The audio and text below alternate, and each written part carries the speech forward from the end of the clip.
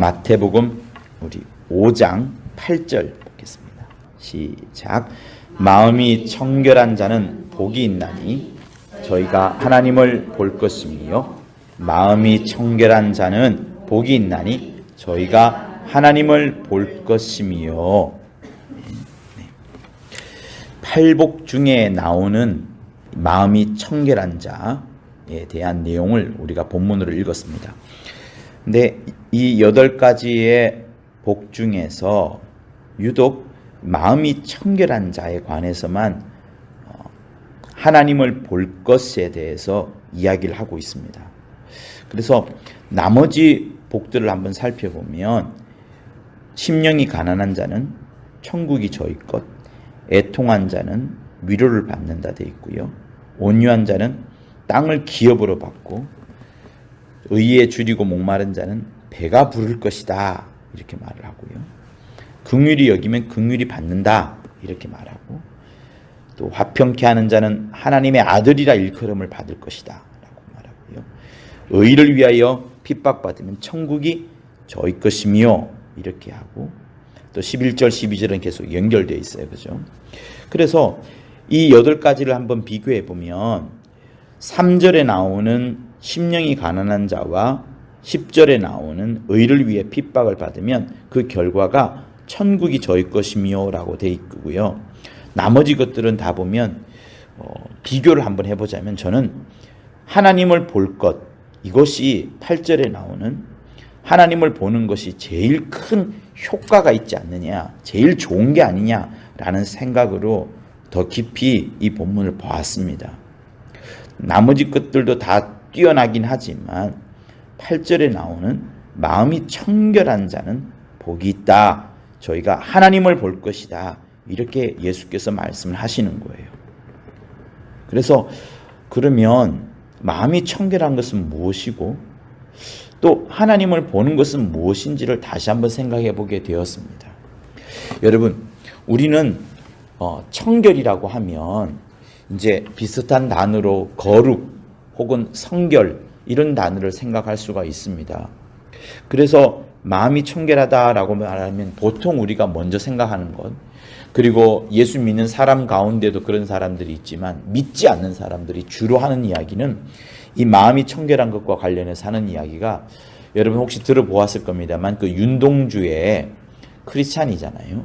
윤동주의 그 서시에 보면 하늘 부르러 한 점 부끄럼이 없이 뭐 이런 내용을 여러분 잘 들어보았을 겁니다. 그래서 그 시를 보면 윤동주가 예수 믿는 사람이었으니까 그 기독교의 배경 아래에서 그 시를 썼을 것입니다만 그 시가 즉시로 하나님의 말씀이 되거나 복음이 되거나 하는 것은 아닙니다. 다시 말하면 우리가 하늘 부끄러 또 땅을 부끄러 나 자신을 보아서도 한 점 부끄럼이 없는 그것이 하나님이 말씀하시는, 또 하나님이 찾으시는 그런 어떤 성결 또 청결 혹은 깨끗함, 이런 것을 말하는 것이 절대로 아닙니다. 그러니까 윤동주의 시를 보자면 마치 우리가 수고하고 또 좀 애를 써서 내가 내 행동과 내 심령을 깨끗하게 만들어가는 그것으로 생각을 할 수 있어요. 또 한편 율법이 이래라 저렇게라 말하기 때문에 율법을 따라서 또 우리가 청결하게 움직이고 행동하는 것일 수도 있습니다만, 사실 이 마음이 청결하다 할 때 이 청결이란 단어는 정확하게 일러주는 것은 뭐냐면, 내가 청결하다 하더라도요, 여러분, 내가 깨끗하다 하더라도 누군가가 나에게 청결하다, 깨끗하다, 죄가 없다라고 선언을 하지 않으면 청결이란 단어를 쓸 수가 없게 됩니다. 그러니까 뭐 여기서 원어적으로 따져 들어갈 필요도 없이, 또 구약에 있는 내용을 제가 여러분들한테 뭐 지식적으로 자세히 설명할 필요도 없이 간단하게 말하면 청결이란 단어는 반드시 누군가가 선언을 해줘야 되는 거예요. 선언을. 내가 깨끗하고 내가 청결하다 해서 깨끗한 것이 아니라 누군가가 이것을 말을 해줘야 되는 겁니다. 깨끗하구나, 거룩하구나, 성결하구나, 청결하구나 라고 선포해 주지 않으면, 선언해 주지 않으면 절대로 그거는 성결해질 수가 없는 겁니다. 그래서 마음이 청결한 자는 복이 있나니, 이때에 그 마음이 청결하다는 것은 나는 청결하다 하지만 다른 사람이 나를 볼 때 청결하지 않다 그러면 여러분 청결하지 않는 거예요. 계속해서 거기에는 청결함에 대한 무엇이 있는 것이 아니라 의심만 있는 거죠. 왜? 나는 청결하다고 생각하는데 다른 사람이 보면 청결하지 않아. 나는 열심히 그릇을 닦았습니다. 그죠? 그러나 그때 그 그릇 위에 아무것도 남아있지 않지만 지나가는 어떤 사람이 기침을 했다든가 미세먼지가 많이 불었다 그러면 우리 눈에는 깨끗하지만 누군가가 와서 보았을 때, 검사를 했을 때, 또 이렇게 쓱 테스트를 해봤을 때 그 속에 병균이 있거나 또 미세먼지가 많다 그러면 그건 청결하지 않는 겁니다. 그래서 여기서 마음이 청결한 자는 복이 있나니 할 때의 그 청결은 누군가가 선언을 해줘야 된다는 것을 말하는 거예요. 율법도 그렇습니다. 그래서 여러분 우리 히브리서 9장을 한번 펼쳐보시겠어요? 9장 19절에서 22절, 특별히 22절을 잘 읽어주시면 감사하겠습니다. 시작. 모세가 율법대로 모든 계명을 온 백성에게 말한 후에 송아지와 염소의 피와 물과 붉은 양털과 우슬초를 취하여 그 책과 온 백성에게 뿌려 이르되 이는 하나님이 너희에게 명하신 언약의 피라 하고 또 이와 같이 피로써 장막과 섬기는 일에 쓰는 모든 그릇에 뿌렸느니라. 율법을 쫓아 거의 모든 물건이 피로써 정결케 되나니 피 흘림이 없은즉 사함이 없느니라. 그러니까 율법에 따르면 사람을 깨끗하게 입는 방법은 다른 방법이 없습니다. 오직 누군가가 피라는 것을 갖고 와서 그 피로서 대신해 주어야지, 피로서 씻어야만 이것이 깨끗함을 잇는 겁니다. 그런데 우리가 읽었던 이 본문을 보면 구약에 있는 사람들이 율법을 따라서 깨끗하게 하려고, 우리를 청결하게 하려고, 우리에게 청결하다는 그 선포를 하기 위하여서 결국에 했는 것은 뭐냐면 송아지와 염소의 피를 뿌려가지고 그 피로서 장막과 섬기는 일과 또 책과 백성에게도 뿌렸고 모든 것들을 그렇게 피로서 정결케 되나니, 피로서 깨끗하게 되나니, 이런 말씀을 하는 겁니다. 그래서 여러분 구약에서 소나 염소를 잡아서 제물로 바쳐서 깨끗하게 되었던 것처럼 구약 때는 반복적으로 이걸 했었어요. 근데 신약에 와서는 예수께서 단번에, 단 한 번에 그가 죽으심으로 말미암아 단 한 번의 피를 쫙 쏟으시고 그 피가 우리에게 묻혀져 있기 때문에 우리가 청결하게 된 겁니다. 그리고 우리가 청결하게 된다는 것을 율법은 계속해서 말을 해주는 거예요. 왜? 율법을 쫓아 거의 모든 물건이 피로서 정결케 되나니 했으니까 우리 안에 예수의 피 흘림이 있고 예수의 피 흘린 그 흔적이 있고 예수의 피가 우리 안에 있기 때문에 우리에게 깨끗하다라고 선언하지 않을 수가 없는 겁니다. 다시 말하면 내가 수고하고 노력하고 아무리 나 자신을 깨끗하게 만들어간다 하더라도 우리 죄를 다 지울 수 있느냐? 못 지우는 겁니다. 계속해서 지울 수 없어요. 그래서 한 번에 깨끗하게 하는 그 방법, 예수께서 이 땅에 오셔서 피를 흘려 주심으로 그 피가 우리 안에 가짐으로 우리가 청결케 된 그것을 말씀하는 겁니다. 그래서 성도 여러분, 우리는 예수께서 피 흘려 주지 않으면 우리는 절대로 이후라도 이전이라도 단 한 번이라도 영원히 청결하게 될 수 없습니다. 예수께서 피를 흘려 주셨기 때문에 우리가 청결하게 된 거예요. 그런데 예수께서 그 피 흘린 장소가 어디입니까? 십자가에서 피를 흘려 주신 것이고 예수께서 피 흘려 주셨다는 사실을 우리에게 일러주는 곳이 어디예요? 이 성경책이 우리에게 일러주는 겁니다. 그리고 지금도 계속해서 우리에게 예수께서 피 흘려 주셨다는 사실을 말하는 사람들이 누구예요? 제가 여러분들에게 말을 해주고 여러분들이 믿지 않는 자들에게, 여러분들이 또한 믿는 성도들에게 계속해서 일러주는 가장 행복한 복음이 바로 이 예수께서 피를 흘려 주셨다는 그 사실을 말씀을 하는 겁니다. 그래서 성도 여러분, 우리에게 마음이 청결한 자는 복이 있나니 할 때 이 청결은 내 수고와 내 노력하고는 상관이 없이 예수께서 피를 흘려주셨고 이 피의 효력이 내게 있기 때문에 청결하게 되는 겁니다. 성도 여러분, 세상에 있는 많은 사람들은 자기 수고와 자기 노력을 합니다. 이 세상에 얼마나 많은 종교가 있습니까? 그리고 예수 믿는 사람들도 끊임없이 자기를 깨끗하게 해서 교회에 올 때에 회개하지 않아도 될 정도로 자기를 깨끗하게 하려고 합니다. 이런 수고와 이런 노력들을 거둘 필요는 없어요. 하지 말아야 되는 것은 아닙니다. 그러나 하나님께서 우리에게 가장 강조하는 말씀은 무엇인가 하면 우리가 수고하고 노력을 하더라도 예수의 피의 효력만큼은 절대로 따라갈 수 없다는 겁니다. 우리가 수고하고 노력하여도 내 모든 죄를 절대로 이겨낼 수가 없다는 겁니다. 내 수고하고 노력하여도 앞으로 내가 오늘부터 깨끗하게 살겠노라, 마음이 청결하게 살겠노라라고 작심을 한다 하더라도요, 하루 혹은 며칠 못 가서 우린 또 죄를 짓습니다. 육체로 죄를 짓지 않아도 마음으로 죄를 짓는 것이 육체를 가진 우리 인간의 그토록 연약한 모습인 겁니다.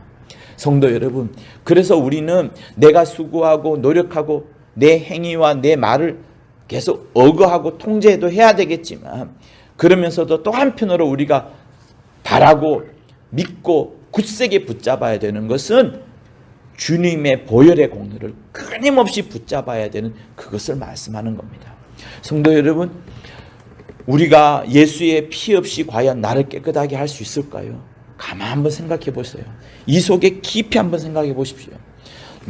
내가 아무리 거룩하게 살려 하고 내가 아무리 성결하게 살려 한다 할지라도 그것은 미래적인 것이지요. 내 과거의 것은 어느 것도 지울 수가 없습니다. 그렇지 않습니까? 내가 아무리 깨끗하게 살려 하고 내가 아무리 청결하게 살려 할지라도 그것은 나의 미래적인 것이지 나의 과거적인 것은 절대로 덮을 수가 없습니다. 그것은 나의 하나의 역사예요. 그런데 이것을 지울 수 있는 유일한 방법, 그래야만 하나님을 뵐 수 있다 했는데 그 유일한 방법은 예수의 피로 말미암아 영원하신 분의 그 영원한 피로 말미암아 영원히 구속함을 받는 그 방법으로만 우리는 청결하게 되는 것을 말씀을 하는 겁니다. 그래서 이 팔복에서 말하는 이 청결은 예수의 보혈의 피와는 전혀 상관이 없다라고 하면 100% 틀리는 겁니다. 우리의 깨끗함은 나의 행동이나 나의 수고가 아닌 예수의 피 흘려주신 그 대속만으로 가능한 겁니다. 그래서 성도 여러분, 마음이 청결한 자는 복이 있나니 저희가 하나님을 볼 것이며 라고 하신 이 말씀 속에서 얼마나 우리가 마음을 청결해야 되는지를 다시 한번 생각하시고, 여러분의 수고와 노력도 필요하지만 그와 함께 주 예수를 견고히 붙잡는, 주 예수의 피의 공로를 더 확실하게 붙잡는 여러분이 되실 것을 예수 이름으로 부탁을 드립니다. 자, 그리고 그 후반부에 보면 저희가 하나님을 볼 것이며 이렇게 나옵니다. 그렇죠? 다른 모든 구절에는 하나님을 본다는 말씀이 없는데 8절에만큼은 하나님을 본다고 나와 있어요. 여러분, 우리가 가만히 한번 생각해 봅시다. 하나님을 보면은 좋을까? 아니면 어려울까? 아니면 힘들까? 우리는 옛날에 신앙생활 하기 전에 절대자, 어떤 신, 정말 위대한 분, 창조자, 이런 분을 만나면, 이런 분을 보면 정말 우리는 행복할 것이다 라는 생각들을 한두 번쯤은 다 했을 겁니다. 그런데 주께서 지금 아직 복음을 전체적으로 알지 못하는 사람들이지만 제자들에게, 자기 앞에 모인 무리들에게 일러주는 것이 마음이 청결한 자는 복이 있나니 저희가 하나님을 볼 것이며 이런 말씀을 하는 겁니다. 이들도 마찬가지일 거예요. 하나님을 본다고 말하면 마치 율법을 받았던 모세, 그죠? 구름이 가득 진 그 산에 올라가서 하나님을 그가 제대로 쳐다보지는 못했지만 하나님의 영광 가운데 확실히 스며들어가지고 모세의 얼굴에서 그 두 돌판에 10가지 계명을 들고 오는 모세의 얼굴이 환하게 빛나가지고 사람들이 다 쳐다보았다고 하는 것처럼, 모세가 하나님을 보았지만 두렵고 떨리는 마음으로 하나님을 본 것처럼 역시 지금 이 앞에 모인 사람들이 하나님을 본다고 하면 매우 좋을 것입니다. 그런데 여러분 자세히 아셔야 될 것은 뭐냐면 구약에 사실 잘 흘러나오는 유대인들의 한 가지 전통은 뭐냐면 하나님을 보면 죽는다는 것이에요. 왜? 다 죄인이기 때문에. 우리 모두가 다 죄인이기 때문에. 유대인들은 철저히 알고 있습니다. 죄인이 거룩한 하나님을 직접 배우면 죽는다는 생각이 기본적으로 깔려 있었어요. 그래서 여러분 주일날에도 감독님의 설교를 통하여서 들었던 것처럼 이스라엘 사람들은, 유대인들은요, 그리스도가 와서 하나님과 우리를 이어주는 그 매개 중재자로서 메시아가 와서 우리를 구원하여 주고 회복시켜주고 우리를 살려주면 그만이겠지. 하나님이 직접 온다거나 하나님의 아들이 직접 온다는 것은 감히 상상도 못했습니다. 아무도 생각도 못했던 거예요. 메시아가 온다는 말씀을 성경에서는 지속적으로 했기 때문에, 끊임없이 말씀했기 때문에 메시아와 그리스도는 똑같은 단어예요.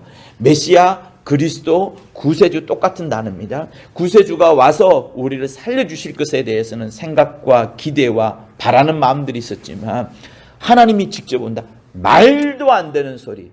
하나님의 아들이면 하나님과 똑같지. 그들은 상속과 이 물려가 주는 이것을 동일하게 보거든요. 하나님과 동등하게 보거든요. 그러니까 하나님의 아들도 하나님과 마찬가지니까 하나님의 아들이 온다는 것도 하나님이 오는 것, 이것에 대해서는 생각도 안 했던 겁니다. 그런데 지금 예수라는 분이 마음이 청결한 자는 복이 있나니 저희가 하나님을 볼 것이며 라고 말했으니 자기들은 놀라는 겁니다.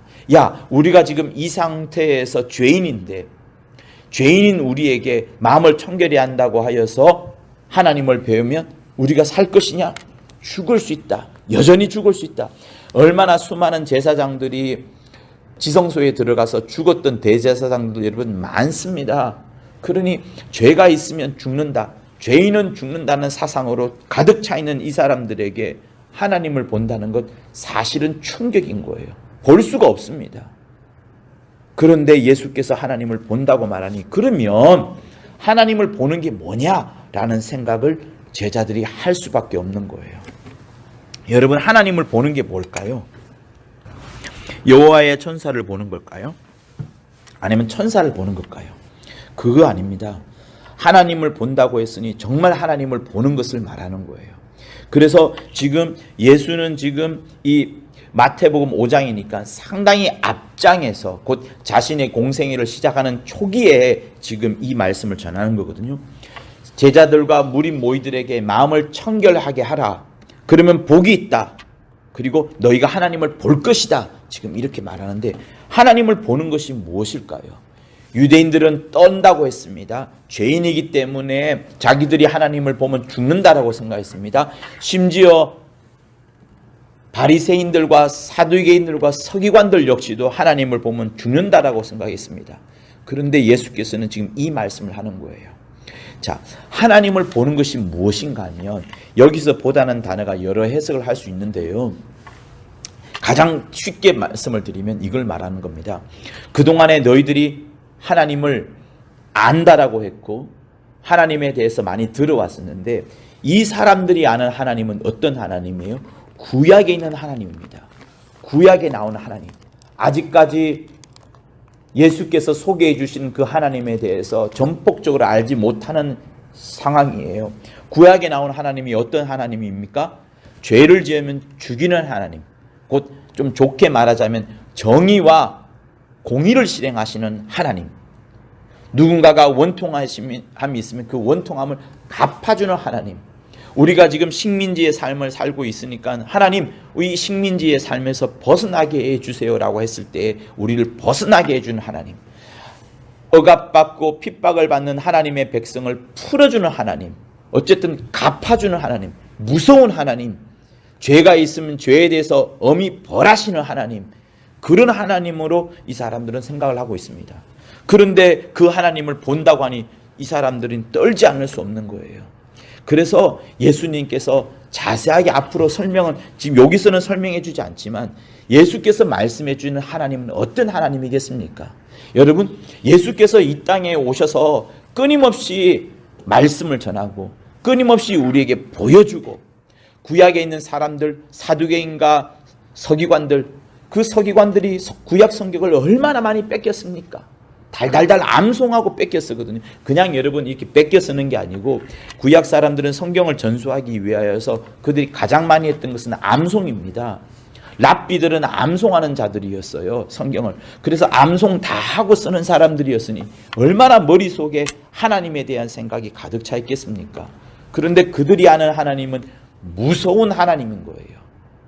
그들이 알고 있는 하나님에 대해서 생각하고 있는데, 예수께서 오셔가지고 하는 말씀이, 하나님은 너희들이 생각하는 그런 하나님이 아니고 오히려 어떤 하나님이에요? 하나님의 아들을 보내어가지고 천하 미물에 불과한, 흙에 불과한, 사실은 다 쓸어버려도 아무런 상관이 없는 사람을 살리기 위하여. 하나님이 얼마나 높으신데요. 그 하나님께서 하나님의 아들을 보내어 줘가지고 희생하시는 하나님을 보여주잖아요. 사랑의 하나님을 보여주잖아요. 임마누엘 하시면서 함께하는 하나님을 보여주잖아요. 그러니 바리새인들과 사두개인들과 서기관들과 예수와 계속해서 싸울 수밖에 없는 겁니다. 이 왼쪽에 있는 서기관들을 중심으로 한 율법에 있는 하나님은 징벌하시고 심판하시고 다스리시고 죄를 책망하시고 무섭게 대하는 하나님인데, 이쪽에 있는 예수께서 말씀한 하나님은 아버지라고 말하면서 더 친근하신 하나님, 사랑이 넘쳐나는 하나님, 아들을 보내서까지 우리를 희생하면서까지 우리를 떠안으신 하나님, 이거를 말씀하는 겁니다. 성도 여러분, 여러분은 둘 중에 무엇을 택하겠습니까? 한번 물어보세요. 그리고 저쪽 사람들한테도 한번 물어보고 싶어요. 너희들은 어떤 하나님을 택할 것이냐? 사랑의 하나님을 택할 것이냐? 아니면 징벌하신 하나님을 택할 것이냐? 율법의 하나님을 택할 것이냐? 하나님의 긍휼과 인자와 자비가 넘치는 하나님을 택하실 것이냐? 한번 물어보고 싶어요. 여러분은 어떤 하나님을 택하겠습니까? 예수께서 지금 어떤 하나님을 우리에게 보여줍니까? 어떤 하나님을 말씀하고 있습니까? 성도 여러분, 우리 요한복음 14장을 한번 펼쳐보세요. 요한복음 14장 7절부터요. 시작. 너희가 나를 알았다면 내 아버지도 알았으리로다. 이제부터는 너희가 그를 알았고 또 보았느니라. 빌립이 가로되 주여 아버지를 우리에게 보여주옵소서. 그리하면 족하겠나이다. 예수께서 가라사대 빌립아 내가 이렇게 오래 너희와 함께 있으되 내가 나를 알지 못하느냐? 나를 본 자는 아버지를 보았거늘 어찌하여 아버지를 보이라 하느냐? 나는 아버지 안에 있고 아버지는 내 안에 계신 것을 내가 믿지 아니하느냐? 내가 너희에게 이르는 말이 스스로 하는 것이 아니라 아버지께서 내 안에 계셔 그의 일을 하시는 것이라. 내가 아버지 안에 있고 아버지께서 내 안에 계심을 믿으라. 그렇지 못하겠거든 행하는 그 일을 인하여 나를 믿으라. 내가 진실로 진실로 너희에게 이르노니 나를 믿는 자는 나의 하는 일을 저도 할 것이요 또한 이보다 큰 것도 하리니 이는 내가 아버지께로 감이니라. 네, 그만요. 보세요. 예수께서 아버지께로 간다는 말씀도 하고 예수께서 아버지를 이미 보여주었다라고도 말씀을 하고, 내가 그동안에 일렀던 모든 말이 내 말이 아니라 아버지의 말씀이었다고도 하고, 그리고 도저히 못 믿겠거든 아버지께서 내 안에서 그의 예수께서 하시는 일들을 보고서라도 너희는 믿으라, 이렇게 말씀을 하는 겁니다. 그러니 여러분, 예수와 아버지를 완전히 삼위일체로 동일시하시고 계시는 것이 지금 이 장면인 거예요. 그러니 마음이 청결한 자는 복이 있나니 저희가 하나님을 볼 것이며 라고 말을 할 때에, 예수께서 하나님을 본다는 그 하나님은 누군가 하면 구약에서 엄하게 징벌하시고 엄하게 벌하시고 정의와 공평을 행하시긴 하지만 많은 사람들이 죄인일 수밖에 없기에 두려워 떨어야 되는 그런 하나님이 아니라 우리에게 끊임없이 가까이 오고 하나님을 보여주고 하나님에 대해서 말씀하여 주고, 그 하나님이 사랑이 넘쳐나는 하나님, 인애와 자비가 넘쳐나는 하나님, 긍휼과 생명이 넘쳐나는 하나님, 사망이라고는 도무지 없이 오히려 생명이 충만한 하나님을 보여주고 말했던 것처럼 그 하나님을 볼 것이미요 라고 말하는 것이 이 팔복에 나오는 8절에 나오는 마음이 청결한 자는 복이 있나니 저희가 하나님을 볼 것이미요 라고 말하는 그것을 말씀하는 겁니다. 성도 여러분, 그래서 여러분들에게 다시 묻습니다. 여러분들은 하나님을 보았습니까? 저희가 하나님을 볼 것이며 여러분들은 하나님을 정말 보았습니까? 아니면 도마와 빌립의 질문을 다시 한번 합니다. 우리에게 아버지를 보여주소서, 우리에게 하나님을 보여주소서. 여러분들은 이 질문에 어떻게 대답하겠습니까? 그래서 내가 나 스스로 하나님을 만났노라, 하나님을 보았노라, 아버지를 만났노라, 아버지를 보았노라라는 그 고백을 진실된 신앙 고백으로 하지 못한다면 우리 신앙은 언제든지 흔들릴 수 있습니다. 성도 여러분, 우리는 코로나19로 지금 지나가고 있어요. 교회 사태 지나가고 있고 코로나19 지나가고 있는데 요한계시록에서 말하는 어려운 때는, 환난 때는 이것보다 더합니다. 분명히 더할 거예요. 우리에게 신앙의 어떤 근본적인 것까지 묻고 그 근본적인 것에 대해서 성경대로 말하면 죽여버리는 것이 여러분 요한계시록에 나오는 환난 때입니다. 지금 코로나가 우리에게 신앙의 근본적인 거 묻지 않습니다. 교회 사태, 우리 신앙의 가장 근본적인 거, 예수 믿으면 죽여버린다는 이런 근본적인 거 우리에게 요청하지 않습니다. 그러나 이때가 반드시 오는 거예요. 그러니 코로나19나 교회 사태는 사실은 가벼운 겁니다. 굉장히 가벼운 거예요. 제일 큰 것은 뭐냐?